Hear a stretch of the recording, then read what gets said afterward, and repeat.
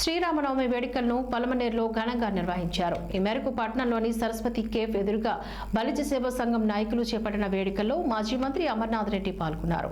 ఈ సందర్భంగా తొలుత శ్రీకృష్ణదేవరాయల విగ్రహానికి పూలమాలలు వేసి పూజలు చేశారు.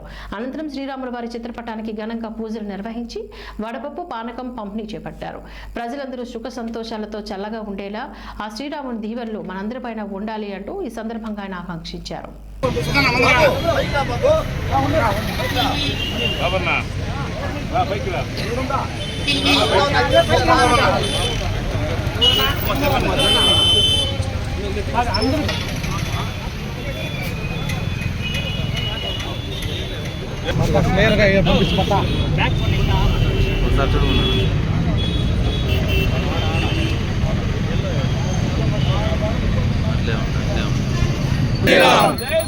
జై శ్రీరామ్ జై శ్రీరామ్ జై శ్రీరామ్ జై శ్రీరామ్ జై శ్రీరామ్ జై శ్రీరామ్ జై శ్రీరామ్ జై శ్రీరామ్ జై శ్రీరామ్ జై శ్రీరామ్ జై శ్రీరామ్ జై శ్రీరామ్ జై శ్రీరామ్